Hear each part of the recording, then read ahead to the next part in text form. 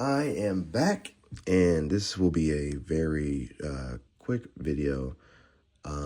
So these verses here, Ecclesiastes 7:27 through 29, after doing some research. Okay, so I was getting onto it towards the end. I just didn't want to have the long pause, but he's talking about the women from the previous 26. And I find more bitter than death the woman whose heart is snares and nets, whose hands are fetters. He who pleases God shall escape from her, but the sinner shall be trapped by her.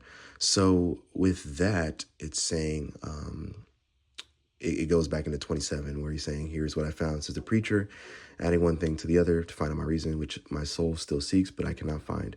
One man among 1,000 I have found. One man among 1,000, he had 1,000 wives, but a woman among all these I have not found. And then he says, truly this only I have found, that God made man upright, but they have sought out many schemes.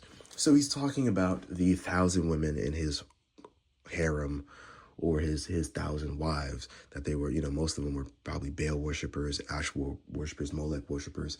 And these women all try and take his heart away from serving the one true God.